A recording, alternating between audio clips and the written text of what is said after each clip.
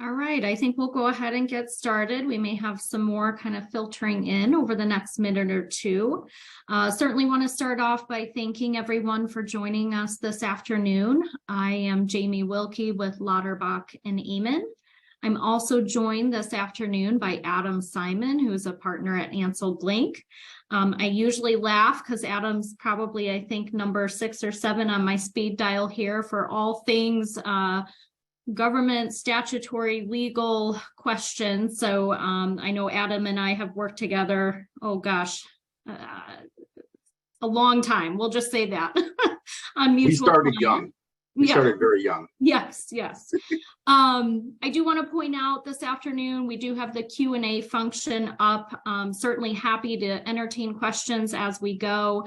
Adam's going to be starting our discussion on foreign fire boards, really from the legal perspective. There was a recent statutory change effective January 1st of this year. So we want to kind of highlight, what is the FFIB, what are the changes, and then I'll kind of jump in after that to talk about some financial reporting implications. There's been some kind of mumblings out there of what these new statutes might mean from an accounting and financial reporting perspective. So certainly want to tackle some of those discussions as well. But any questions along the way, please feel free to throw those in the chat. As Adam's going through his slides, I'll kind of help monitor those, and we can certainly jump in and address along the way. So Adam, I'm going to turn things over to you and let you enlighten us with the lovely new statutory updates on foreign fire boards. Thanks, Jamie. And I'll echo Jamie's comments. Please put your questions in the chat. As they come up, it's easier to address the questions while the issue is relevant instead of waiting till the end. I'm happy to deal with questions in the middle of the presentation if that's easier for you guys.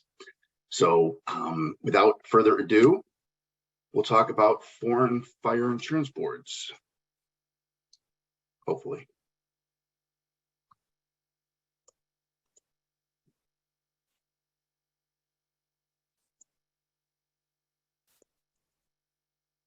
All right.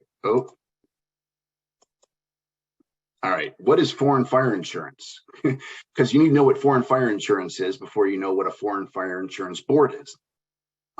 Foreign fire insurance is not insurance against fire launched from a foreign country. It is not designed to protect you from El Fuego or, some other strange fire. Foreign fire insurance is an insurance policy against fire damage or against property damage written by a company that's not domiciled in the state of Illinois, where its headquarters, its legal headquarters, its legal identity is not located in Illinois. And so if, a lot of insurance companies are based out of Hartford, Connecticut. And so if the company is based out of Hartford, Connecticut, and they write an insurance policy over property in Illinois, that represents an example of foreign fire insurance. So that is important for you to understand, because only those companies that are foreign fire insurance companies will be subject to the scope of this law. As we said at the beginning, we're talking about foreign fire insurance boards. So it's important to identify what is that board comprised of. The Foreign Fire Insurance Board is established by statute. It's part of the Illinois Municipal Code as well as the Fire Protection District Act. And at least under municipal law, it's comprised of 7 members. There are 6 members who are sworn firefighters in the respective departments. And the 7th member is always the chief, who is automatically a member by rank or by office. So again, 7 members. Those and the 6 sworn officers who comprise that are elected from amongst the other sworn members. So they have a private election just from among the rank and file of the fire department. These boards date back over 120 years, back to a time when fire departments were not necessarily affiliated with municipalities. Some of them were independent companies, and this provided a form of revenue for them. Obviously, a lot of fire departments are now brought within the fold of municipalities or comprise parts of fire protection districts. But nonetheless, fire insurance boards have been sustained in Illinois law, and the statutory framework for them was upheld by the Illinois Supreme Court in 1961. So while they were once subject to challenge, it is well-established law that these boards can exist and can exercise statutory authority. So what do? Why do we have them? They're given only a couple of express grants of authority, but the way those grants of authority are described are fairly broad. The members of the board can adopt rules and regulations for how the board shall operate, and can adopt its own budget and control how the funds that are paid to the board are spent. The primary limitation on the authority granted to FFIBs is that they can only spend money for the maintenance, use, and benefit of the department. Now, a simple reading of that might imply that the uses of the money are fairly narrow, but in reality, the money that FFIBs receive has been used for some surprising things. That doesn't mean that those reasons are illegal, but I've heard of FFIB spending money to buy TVs, to make life in the firehouse more entertaining. They can buy better mattresses for overnights in this firehouse. They can buy ping pong tables. I've heard examples of all kinds of things bought using these funds, as long as it's used in the firehouse. Again, the magic words are maintenance, use, and benefit of the department. So the only time there's really an opportunity for a conflict insofar as what's within the scope of their spending power is where members of the rank and file, who comprise the 6 members of the board, have a direct disagreement with the fire chief as to whether or not something they want to buy is allowed to come within the firehouse. The fire chief has plenary control over what is allowed within the firehouse. And so the fire chief can try and exercise veto power, but some of that power has changed as a result of a new law that was passed that we'll discuss today. And a little later, we'll talk about dispute resolution between the fire chief and the other members of the FFIB. So as Jamie said earlier, there was a new law that was passed last year, Public Act 102-740, which originally was identified as Senate Bill 1571. That was enacted last spring and became effective as of January 1st this year. And so all of these changes are really fresh, and a lot of places are still catching up.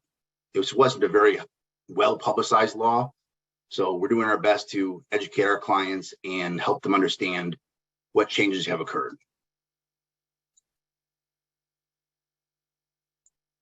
Adam, I also wanted to mention, I know a lot of the discussion around kind of the legal side of this, we really have no case law under the new law, if that makes sense. So we're kind of flying blind, right, of, what is going to be maybe the more practical legal interpretation. And oftentimes in my limited knowledge of the legal space, that comes through actual case law that's brought forth, and we see some kind of dispute resolution through that process.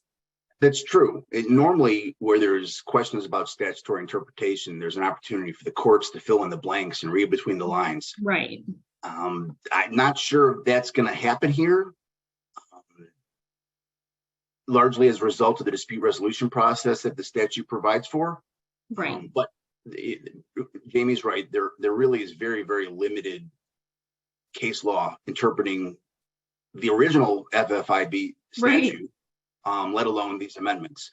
Right. As I mentioned earlier, the Supreme Court has found that the existence of these boards and the exercise of their statutory authority is legal and constitutional, but there is no case law testing the scope of what's for the maintenance, use, and benefit of a fire department. Right.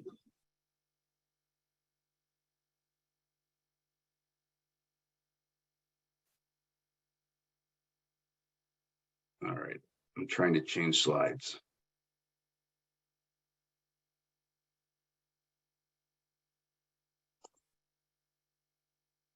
Did I go too far? Nope. Oh. All right. Most importantly, this new law provides for a home rule preemption. The previous statute, it's for the sake of everyone's reference, I want to identify where you can find it. The foreign fire insurance law is in the Illinois Municipal Code, and the statutory reference for that is 65 ILCS 5/11-10. So it's Division 10 of Article 11 of the Illinois Municipal Code. And it's in a series of divisions there that deal with management and control of the fire department and the fire service. So all the laws we're talking about today will be in that division and in the sections that comprise that. As I said before, the new law adopted a home rule preemption. So where before a home rule municipality could exercise their authority to control the budget of the FFIB, to further control the limit how the money can be spent, this home rule preemption takes that power away. And this General Assembly said that the operation of FFIBs is an exclusive function of the state, and home rule municipalities cannot change the rules and cannot exercise any more control than the statute grants. So that's an important change. Mm-hmm. It's important to recognize that the two major themes that we'll go back to over and over again as a result of Public Act 102740 is that the General Assembly enhanced the independence and authority of FFIBs. Most importantly, their independence. Mm-hmm.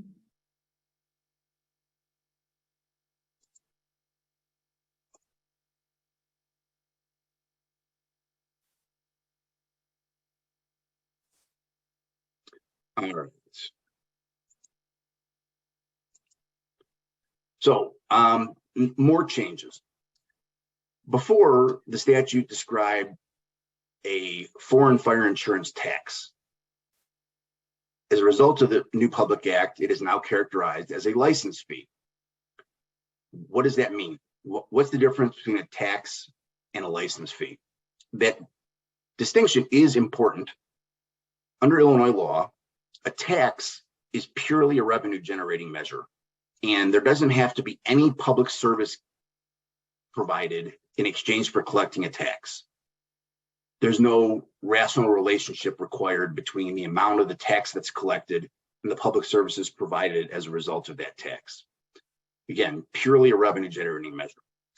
By contrast, a license fee, like all fees, has to have some rough proportionality to the cost of the public service being provided in exchange for collecting the fee. And so you may ask, what services are being provided to foreign fire insurance companies that justifies the collection of a fee instead of it being characterized as a tax? Well, as I said before, the foreign fire insurance companies issue insurance policies to protect the property located in Illinois. It might seem like common sense, maybe, but fire departments and fire protection districts protect that property and help mitigate the risk that's being insured against and help limit the damages that might need to be repaired in the event of a fire. So in exchange for the fire protection services being provided for the benefit of the foreign fire insurance companies, they have to pay a fee. Now, how much is that fee? Before, the tax that was formerly existed could be anywhere from 0 to 2%. Now, the General Assembly has said, no more discretion. Everyone has to collect the same amount for uniformity purposes. So everyone has to collect exactly 2%, no more and no less.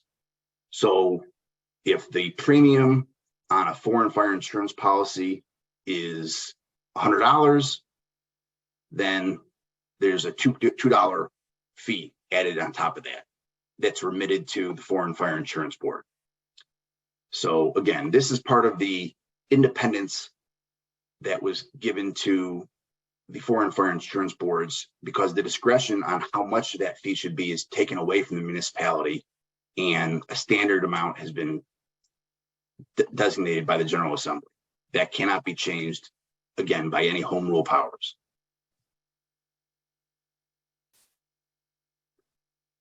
Foreign Fire Insurance Boards can sue and be sued as independent entities.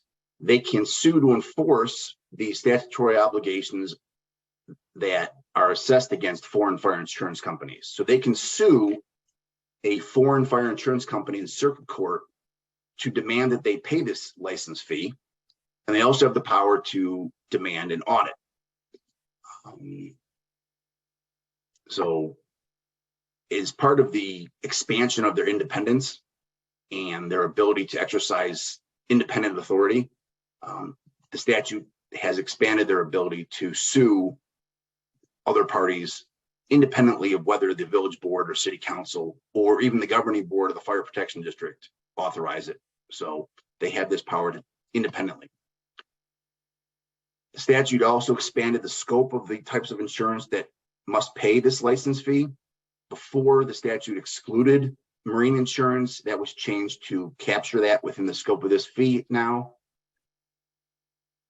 And perhaps most importantly, and most germane to the topic that Jamie's going to cover, foreign fire insurance boards can hold their own money separately from the municipality or the fire protection district. They can have their own bank accounts, and they can issue their own checks. They can make their own purchases. They have independent contracting power. Now, there's this asterisk after this, because I want to remind everyone that we're going to come back to this, because this leads to a significant question about reporting that we'll address in the second half of our webinar. As I said, they have the ability to manage their own money, and related to that, they have authority to contract independently using the money that they receive for the foreign fire insurance license fee.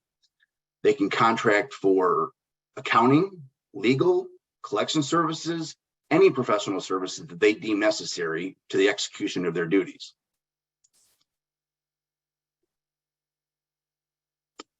I did notice we have a question. Going back to the power to sue and be sued. The question is, I imagine the Foreign Fire Insurance Board will be suing the company over not paying the fees. How would the Foreign Fire Insurance Board be aware of the non-payment or inaccurate payment?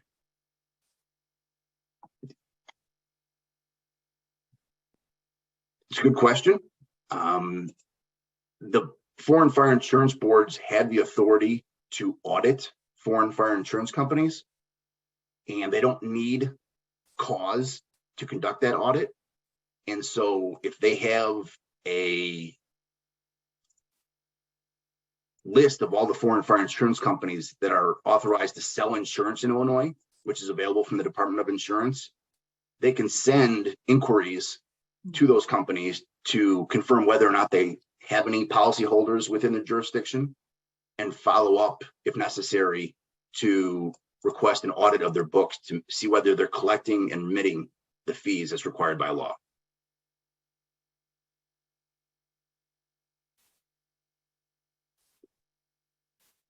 All right. So again, I just want to go back to this. If a Foreign Fire Insurance Board wants to purchase equipment to enhance the firehouse, they don't have to follow the same procurement laws that the municipality or fire protection district have to follow. This statute does not contain a public bidding requirement. This statute does not subject them to the procurement ordinances and policies that are in place for other purchases made by the city council or the village board or the board of trustees of the fire protection district. They have the authority to control their own procurement. Certainly, we would advise them to adopt best practices and to solicit quotes or competitive bids they're buying something that's sufficiently expensive, but this statute grants them independent power to procure things as long as they're using money that they received from the foreign fire insurance license fee. So this is an especially important power. Again, strengthens the independence of these boards.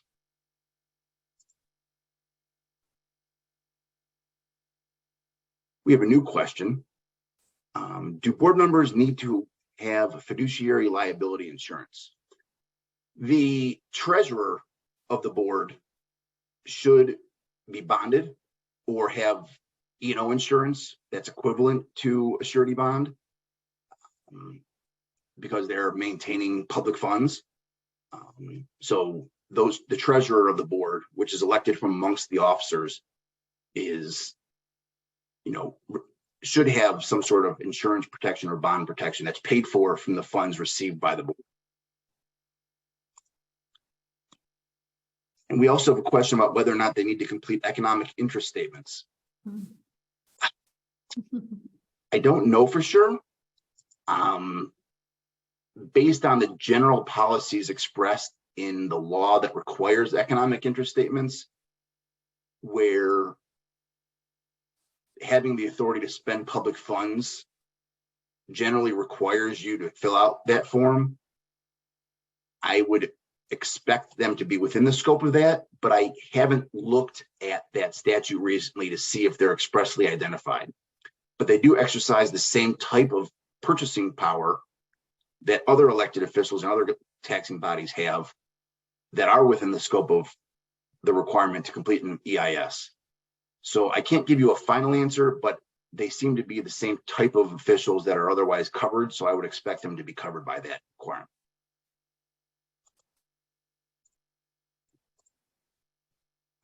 Dispute resolution. I mentioned before that there's a chance that the fire chief might have a dispute with the other members of the board, the 6 sworn officers who are elected to the board.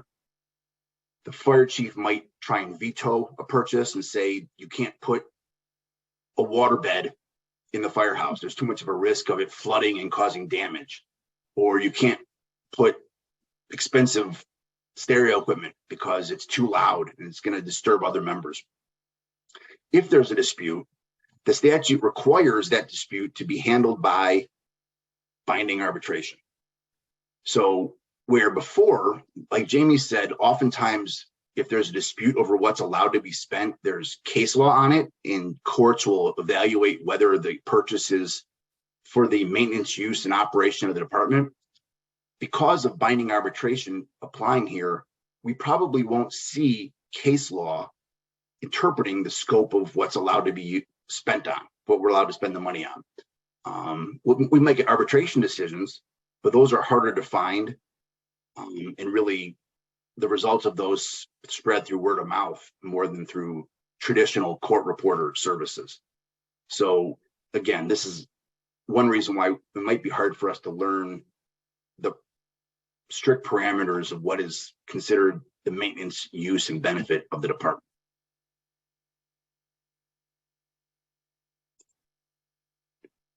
All right.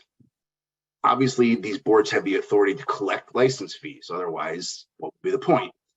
The statute says that the board has the sole and exclusive authority to collect all license fees. And they have the authority to designate agents and representatives on their behalf to collect fees. So before there was some ambiguity as to whether the municipality had any responsibility to assist with collecting the license fees. The statute clarifies now, the Public Act clarifies the board has sole and exclusive authority to collect these fees. Now the board can designate the municipal treasurer as the board's agent or representative to assist, but that's not mandatory. Nonetheless, the General Assembly found that having each separate board collect fees independently was inefficient and difficult, made it more difficult to enforce this rule. And because they wanted to make the collection of these fees involuntary and require a uniform system of fees throughout the entire state. They've provided a system whereby the Illinois Municipal League can be designated as the representative and agent of every foreign fire insurance board throughout the state. And the IML will serve as the collection agent for everyone and remit the amounts to each board within each jurisdiction. The IML may keep a small administrative fee to cover their expenses in doing that, but it's important to recognize that before, the collection of these fees was sort of a hodgepodge. Some places did, some places didn't. Some fire departments had this fund to spend money as they saw fit. Other places didn't. As a consequence of the adoption of this public act, the system of collecting fees will be uniform and generally applicable to every fire department in every fire protection district throughout the state. Again, it's involuntary now. It is a compulsory collection.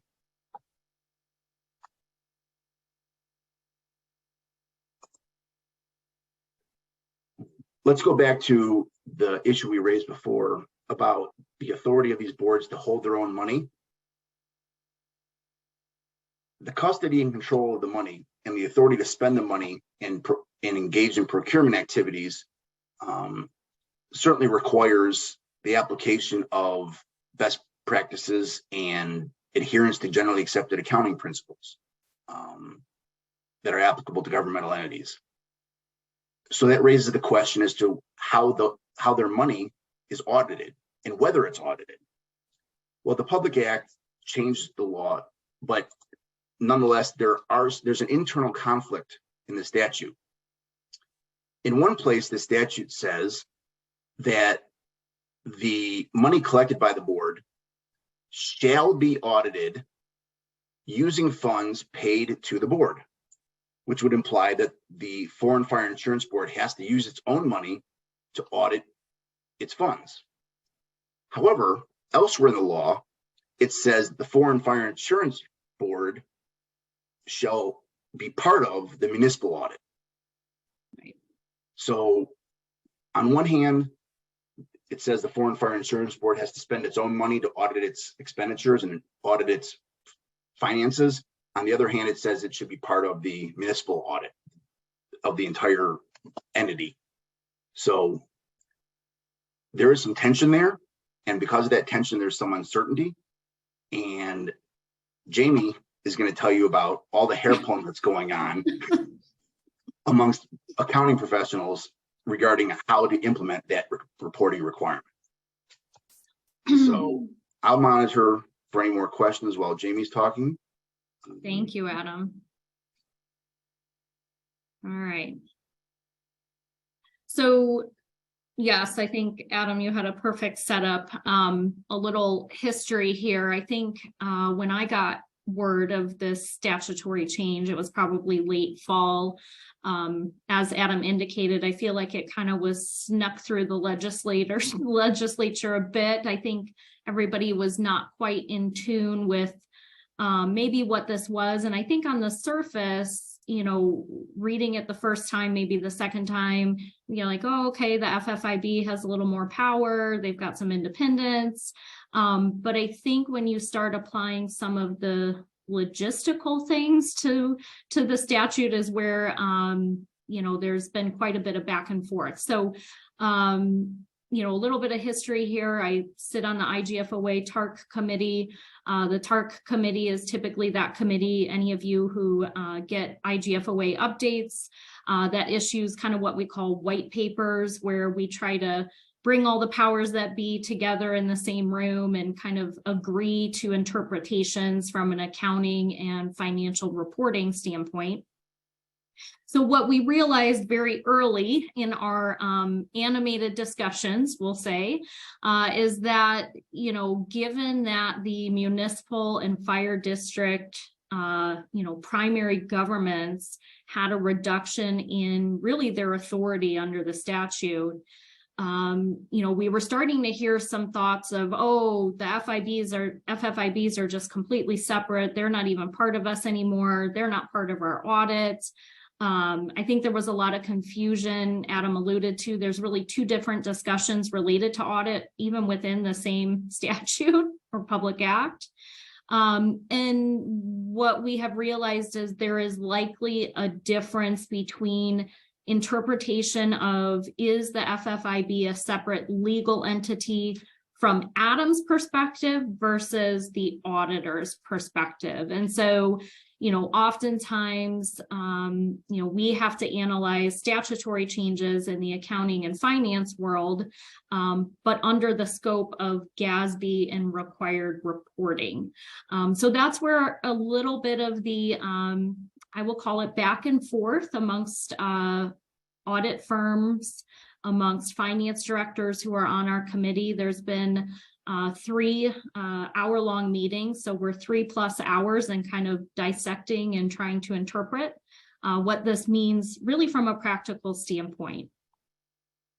So when we shift from the legal world to the GASB world, which is what we all have to adhere to for financial reporting, GASB is pretty specific to say, to meet the criteria of truly being recognized from an accounting and financial reporting perspective as your own separate legal entity, really GASB requires 3 kind of primary components, and this is outlined in their codification. You have to have a separate elected governing body. You have to be defined as legally separate, and that's a GASB definition, not necessarily a legal definition. And you have to be fiscally independent of any other state or local government. So the TARC committee, which is really comprised of service providers like Lauterbach and Amon, I will tell you there's representation from basically all the major audit firms that kind of provide service here in the Chicago land area and throughout the state. We also have representation, several finance directors who have long tenure in the government space and certainly are leaned on to have their side of this expertise brought to the table as well. And I think that we did have consensus to say from a GASB perspective, we're not sure yet that they quite meet that, are they legally separate? And so, the statute says they have to be audited. We're not quite sure we agree they're a completely separate legal entity from an accounting perspective. And so TARC came back and has said, we really need to issue some kind of direction, white paper, things to consider that folks can discuss with their audit firms as we kind of go through this reporting cycle. So TARC has not officially issued this. I will tell you, I had a meeting yesterday afternoon. I think there was some good traction on this. And I think ultimately we came to 2 paths really being contemplated and really kind of dependent upon your professional interpretation of whether or not that FFIB truly meets that separate legal entity definition, again, from a GASB perspective, right? And so those 2 paths, in theory, kind of get us to the same end result from a financial reporting perspective. When your auditors come in and assess what we call kind of related entities, there's a pretty robust checklist we have to go through to take a look at, those relationships. How's the board governance set up? What are the rights to assets or not rights to assets? Is there fiscal dependency? Really a whole kind of roadmap that we go through to make those determinations. And so the committee really kind of went back to the fundamentals of going back through that roadmap, knowing what we know in the statutory updates. And I will tell you, there was not consensus amongst the accounting firms or the finance directors as to whether or not, and part of it is because the statute, the Public Act, is explicit on certain things, and I think Adam can agree with that, but silent on other things as well. And so it became hard to interpret certain components in analyzing that legal separate entity from an accounting and GASB perspective. So the 2 paths as you go through the combination of questions, we got to basically a blended component unit. This is the path that says professional judgment and interpretation is saying that, yes, they really do meet the criteria for separate legal entity from a GASB perspective, but they really solely exist for the direct benefit of that municipality or fire district, right? They can't spend money outside of providing benefit to the fire district, as Adam alluded to earlier. And so that closeness of that relationship brought us back to the concept of a blended component unit. Fundamentally, that really just means it's a fund of the primary government. It's a reporting fund. And we have a few additional disclosures that would have to be outlined in the notes to the financial statements. But really, it would end up in your financial statements is the bottom line. The second path, if you check the box that says we do not think that they are a separate legal entity from a GASB definition standpoint, you go through the checklist and get to the end to say, really, then it's just a fund of the municipality or fire district, either a separate fund, which typically we see that reported as a special revenue type fund, or in certain cases, it could, in theory, be just part of the reporting within your general fund and showing those assets as being restricted for that specific purpose. Path 2 is really where we are today prior to the statutory changes on January 1st. Oftentimes, if you had material balances within the FFIB, we're seeing those reported really as either a special revenue fund or kind of a sub-fund of your general operating fund. So really at the end of the day, after hours of dissecting, the TARC committee did come back to say these two paths aren't really that different fundamentally. And so the auditors felt comfortable with kind of, I think, leaving the ambiguity with, do we define them as a separate legal entity from a GASB perspective? And I think there was a comfort feeling like we basically got to the same end result. Call it a fund, call it a blended component unit, which is really just a fund with some additional disclosure. And all of the audit firms seemed happy that we'd at least be at some similar end result. What I can tell you all participants in TARC agreed with is that the FFIBs should absolutely be included in the primary government's financial statements.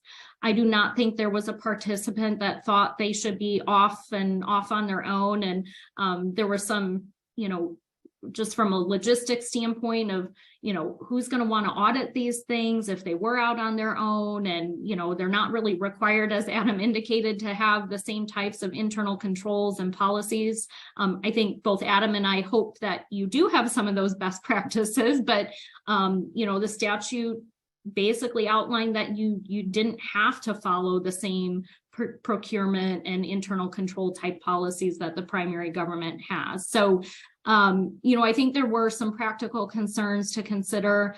I think also logistically, and I think, Adam, you alluded to it earlier, oftentimes the municipality is involved in some of the day-to-day accounting and kind of operations.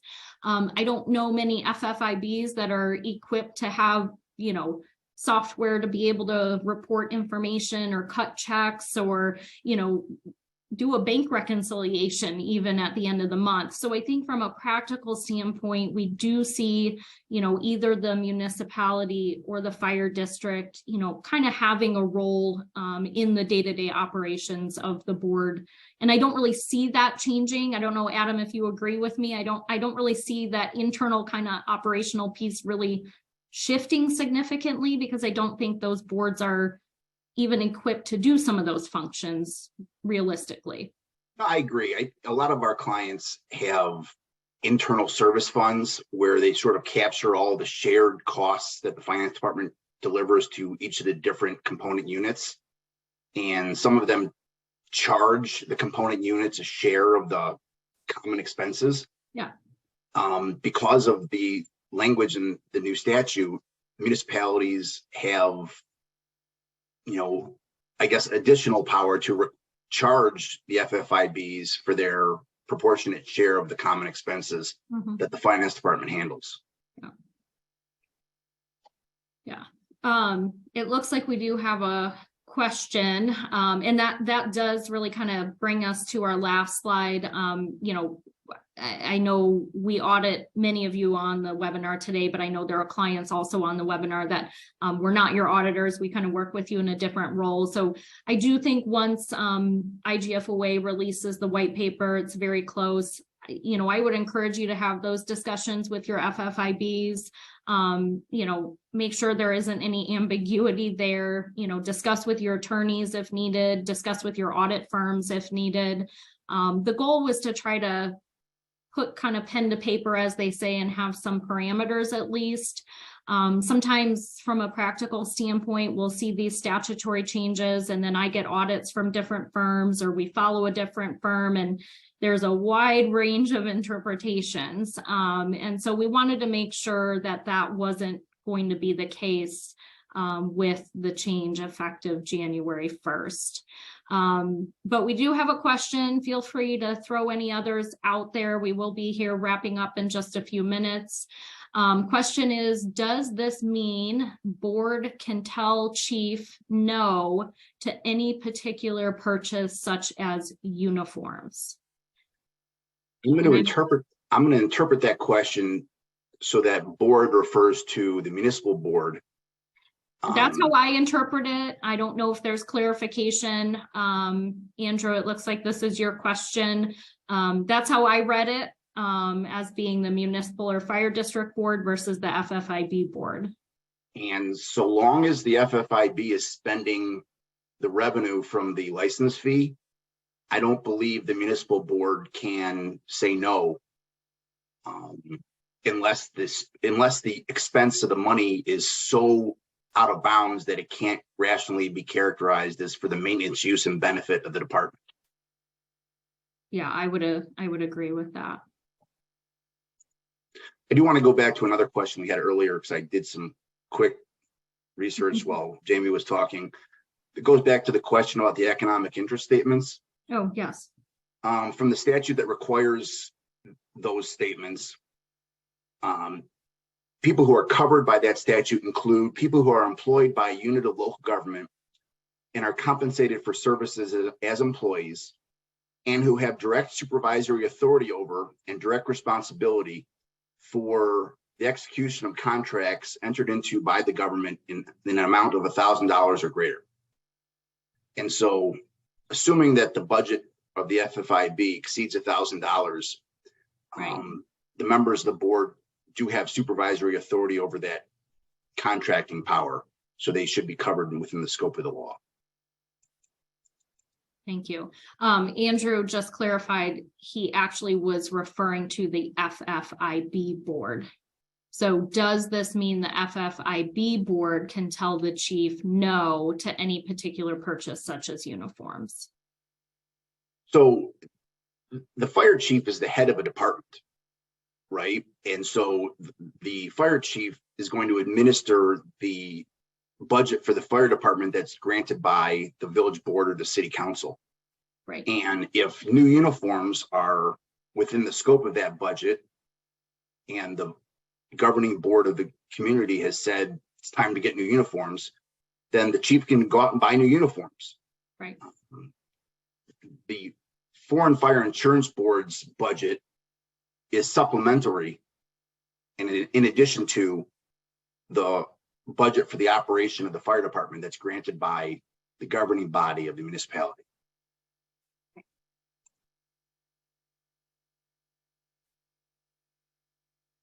Andrew, hopefully that answered your question. All right. Well, we will be able to send out a recording afterwards if anybody wants. Certainly happy to send out handouts as well. We'll get a follow-up email out to all the registrants for sure. And I'm always happy to entertain any questions. I'm sure Adam is too after this webinar. So please feel free to reach out.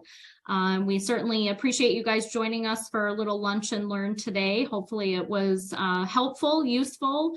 I apologize it's not as black and white as us accountants and attorneys would typically like to have out there, but I think, be on the lookout for some guidance coming out of the TARC committee in the form of that white paper. And hopefully that's something you can share, internally with your teams and then externally with your service providers. So thank you all. If you haven't heard from the IML, reach out to the IML. They have an FFIB coordinator now. So if you haven't heard from them, make sure you follow up and communicate with them to set up the logistics about the collection and remittance of this license fee to your FFIB treasurer. Right. Yeah. My understanding, Adam, they actually have like formal agreements that they're asking folks to sign to officially sign up for that service. Yeah. Okay.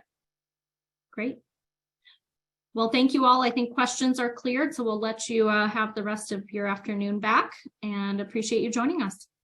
Take care. Thanks, everyone.